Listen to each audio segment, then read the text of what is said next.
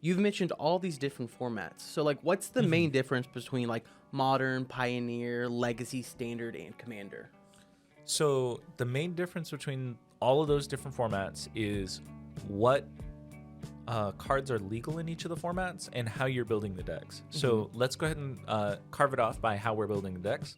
So first off, Commander decks are exactly 100 cards, and you can only have one copy of each card unless a card rule says otherwise, like with Relentless Rats or Persistent Petitioners, or the newest card, the Tempest Hawk. Tempest Hawk. There's also, like, what from Assassin's Creed, like Templar Guard or something like that? Templar Knight or something. Yeah, Templar Knight, where you can tap 5 of them. So you have exactly 100 cards, and you have to have a commander, and you're restricted by the colors of your commander, right? In Standard, Modern, Legacy, all those other card or formats, you are playing a 60 card deck minimum. You can play more than 60 cards if you want. You can play any number of colors that you want. You're not restricted by anything like commander or anything like that. Really, the only restriction is you got to be able to draw those colored lands and then play those spells. And there's no actual, like, commander that you're building around. Instead, you're just selecting a strategy and then building around that strategy. You can play up to a play set of every card, which is 4 of every card, unless a card says otherwise.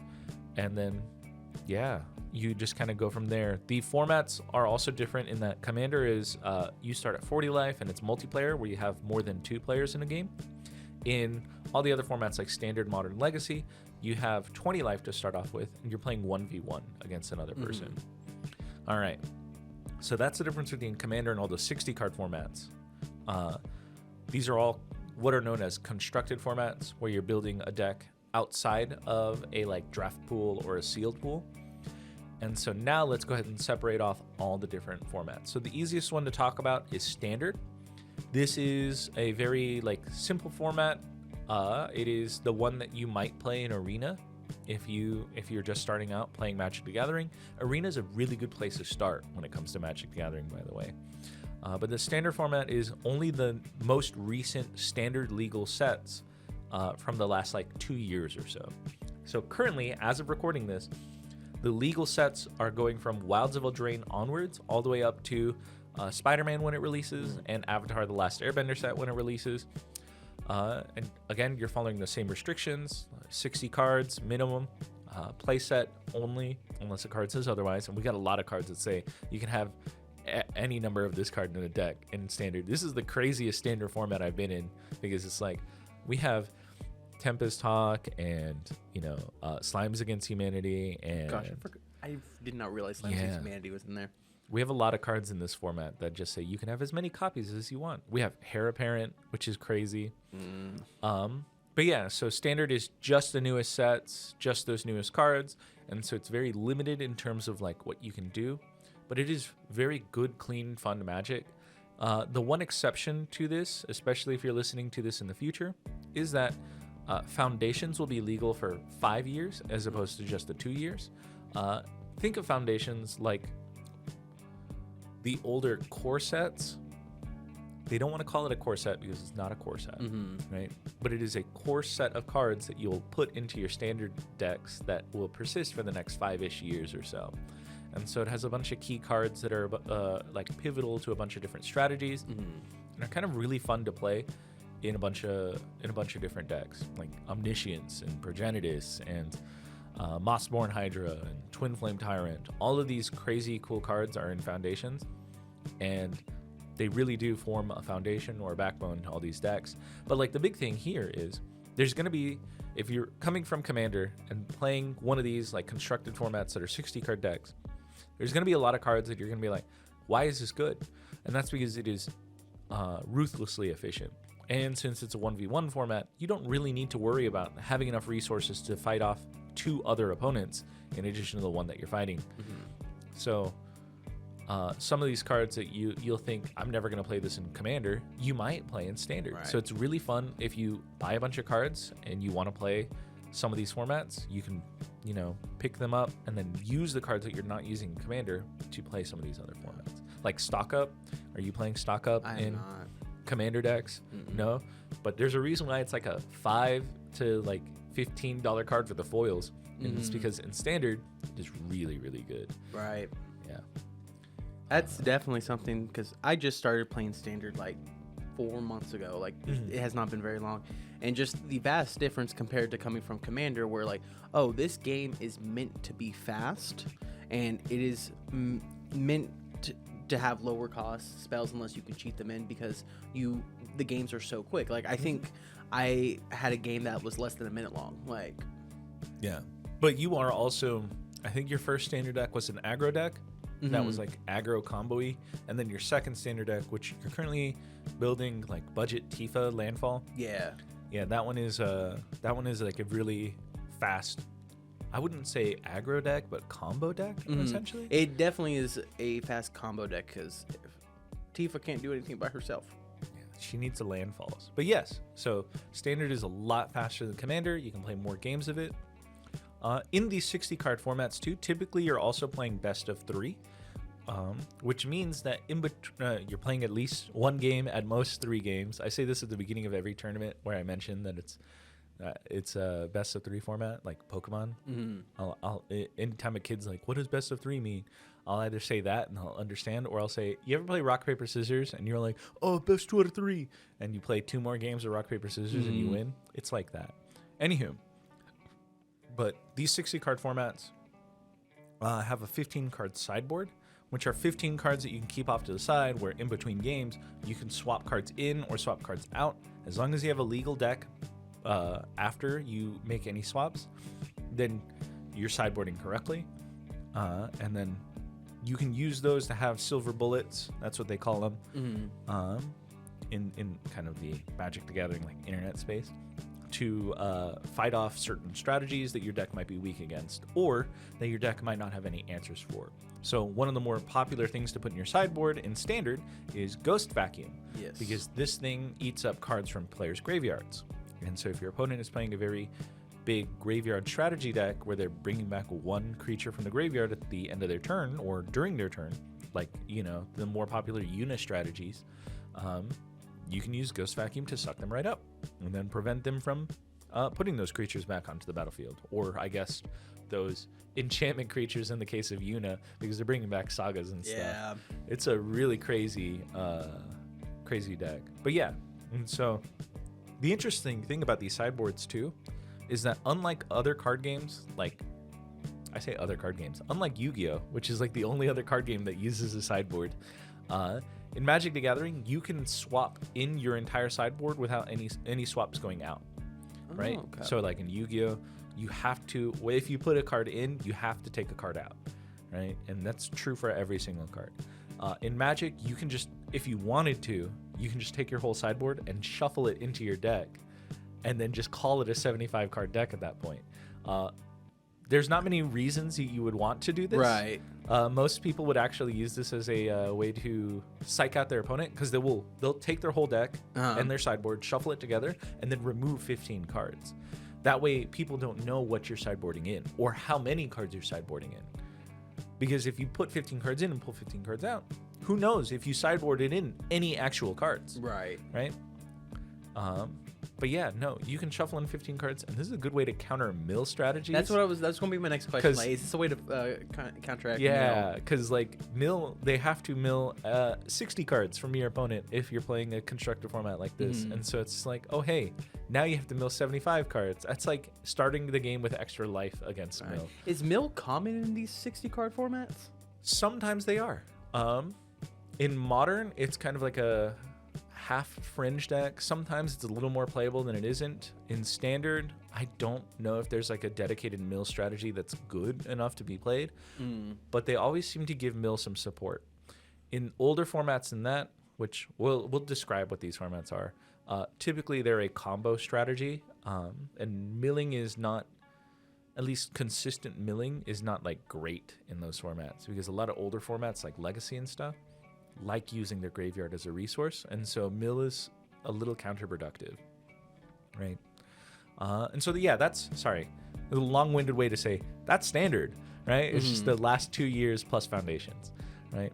And so let's talk about the difference between Standard and Modern. So Modern goes all the way back to 8th edition and includes any sets that are Modern legal straight out of the like summer releases or whatever. So I'm talking Modern Horizons 1, Modern Horizons 2, and Modern Horizons 3. And then any future Modern Horizons or Modern Sunsets or Modern Sunrises, whatever they're going to call them in the future. Because I feel like when we get to Modern Horizons 57 and, you know, Ragavan is like a 0-mana card now, okay, cool. Yeah. We should probably call it something else.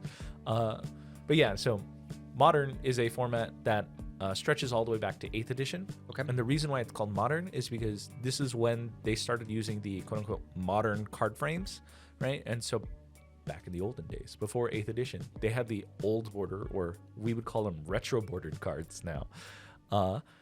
And they switched them over to the modern card frame. And so that's the cutoff. It's a lot more powerful. It's a lot more fast of a what is it called? A format. And there's a lot more crazier strategies out there because the card pool is bigger. Now, both standard and modern do have a ban list, and so that's something to be concerned about, is that there are some cards that are banned in each of those formats. Modern obviously has a larger ban list than standard does, but it also has a larger card pool than standard does. Now, you didn't ask this because you didn't mention this format, but there is actually a format in between modern and standard, right? And that's called Pioneer. Yes. So back in the day, I forget what set was out at the time, but we were like, hey, Modern starts at 8th edition, and that's when the new card frame came out. But in M15 and Magic Origins, it's kind of that time period, the new card frame was changed to the current card frame with the holofoil stamp at the bottom. Yeah. And then there's these like little black borders on the bottom of the card that like reach up a little bit. And so people are like, what if we had a new format? And I forget what they called it at the time. I think it was called like, it started with a P. It's like Pathfinder or something, or something crazy. And it was a really fun format that like only a handful of people played. I really loved playing it because I played a really janky deck. Okay. And then Wizards went, I like that idea, but we can't start it here. And so there's a new format, or relatively new format, called Pioneer, where you play cards from Return to Ravnica onwards, plus a ban list. When the format first released, they did ban all the fetch lands, and so you don't have to worry about that. Because there was only, technically there was only 5 fetch lands that were legal for Pioneer play, but they banned them out, right? This is a really interesting format because for me, I play it like I'm reliving my heydays of Standard back in the day, because I'm playing decks that I really loved playing back when I was playing Standard when those cards came out. So I'm playing Ensouled Artifact and some like weird artifact strategies. I've also built like, oh my gosh, just like blue-white mill, blue-white control, because I used to play those back when Standard was in Amonkhet, or Guilds of Ravnica. And so really fun format. It is kind of the in-between between modern and standard, where decks can be a little fast, a little crazy. There are a couple of strategies that are like, okay, this strategy is pretty dominant in this format, but Magic has been rotating through these formats for the RCQ periods, or these RCQ tournaments, and so they've been kind of keeping an eye on things when it comes to Pioneer and stuff. Very interesting format, but only if you look at it from like the perspective of, I'm going to play some cards that are slightly older and I've enjoyed in the past, without going all the way back to modern, because some of these cards stop being playable when you start looking at like modern decks and stuff. So yeah, a lot of people don't like Pioneer because it is very dominated by 1 or 2 decks or strategies, and so it's like, okay, cool, whatever. But I mean, that technically is the same for a lot of these formats, where if you don't have a wide range of folks playing in your store, sometimes it does feel like there's going to be 1 or 2 strategies that are dominating the format.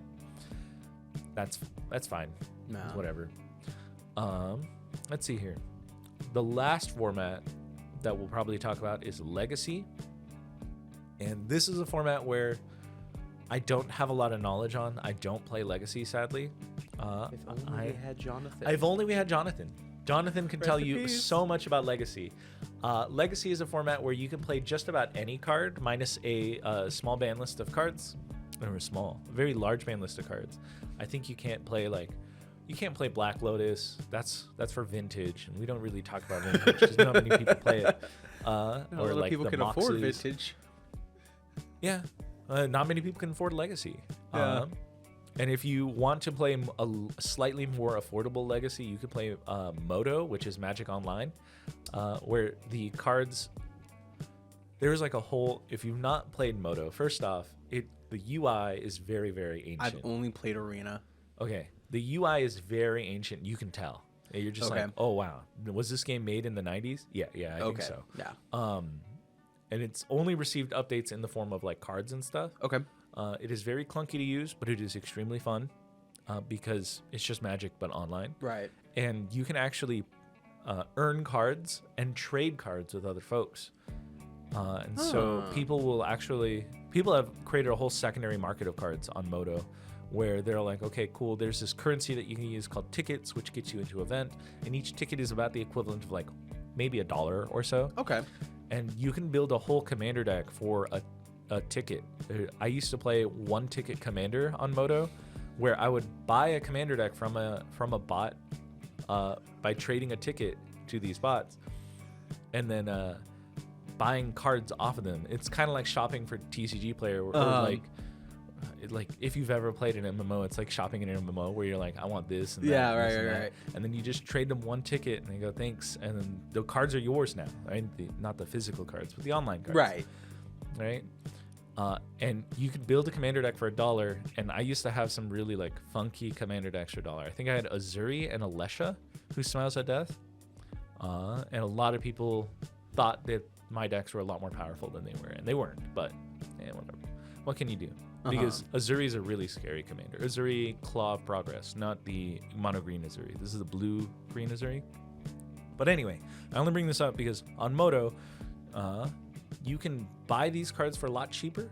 Okay. And you can also rent these cards if you'd wanted to. And so it's a lot easier to play formats like Legacy or Vintage because they made it easier for you to play those formats online. Legacy, yeah, you can play just about any card ever printed in Magic, minus a ban list. And this also includes, unlike some of the other formats, commander cards. And so one thing that like you will never see in Modern is that, asterisk, because they have printed some Commander legal only cards into the Modern format, and those have seen some play, like Kappa Cannoneer. But sometimes you'll see some cards you're like, why is this card good in Legacy? And you're like, oh, because it's a 1v1 format with 60 cards, multiple play sets, and it's probably an artifact. So I don't know if you know the card Coveted Jewel. I do not know. So it's like a 6-mana artifact that like taps for 3 mana and draws you 3 cards when it enters the battlefield. But when you use it, it gives it to an opponent. Okay. Or something like that. I forget. Like at the end of the turn, it gives itself away.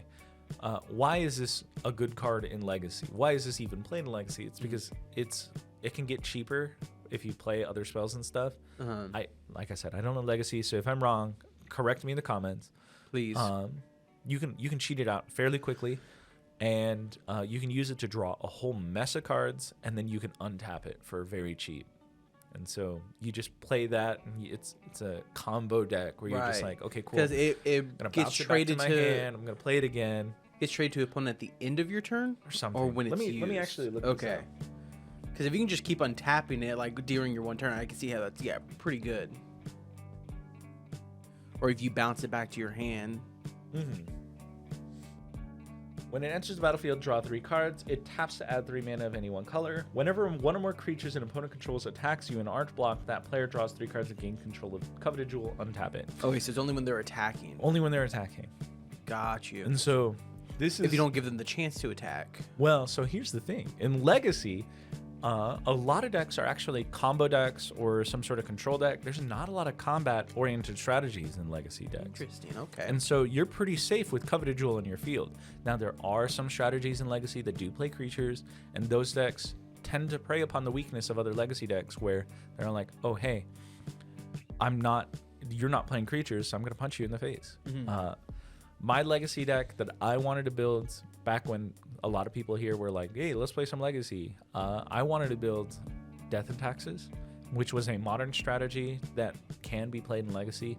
Death and Taxes is a deck made very popular, made famous by Pleasant Kenobi. He's a really cool like Magic the Gathering YouTuber online. Very, very British YouTuber. Let's see here. And he absolutely adores the Death and Taxes strategy, and I loved his energy for it. And then I built the deck and played it, and I was like, dude, this deck is fire. It's a deck that plays a bunch of little efficient creatures that stop your opponent from doing certain things, like Thalia, Guardian of Thraben, which says non-creature spells cost 1 more. And if you're playing only creature spells, then hey, who cares, right? Then you have Leon and Arbiter, which says your opponent can't search, or no players can search your library unless they pay 2 mana for each of those instants, or 2 search your library for this turn. So in a format dominated by fetch lands and stuff, right? You can in response to your opponent activating a fetch, you can use Aether Vial to cheat Leon and Arbiter into play. And be like, hey, are you gonna pay 2 mana for that?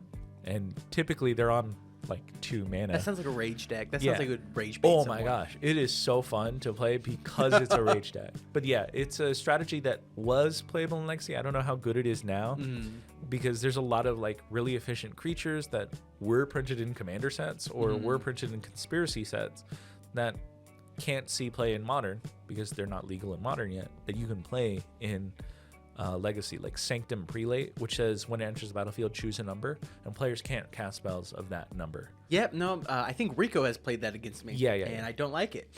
So yeah, it's a really fun kind of Magic the Gathering, but it is very different beast from other constructed formats because it is wide in its pool.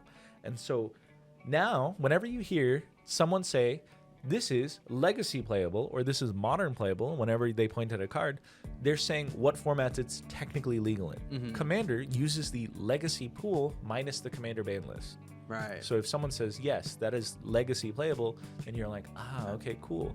That was printed for Commander or Legacy. And if someone says that's Modern playable, that can be played in Commander, but it also can't be played in Legacy. Right. So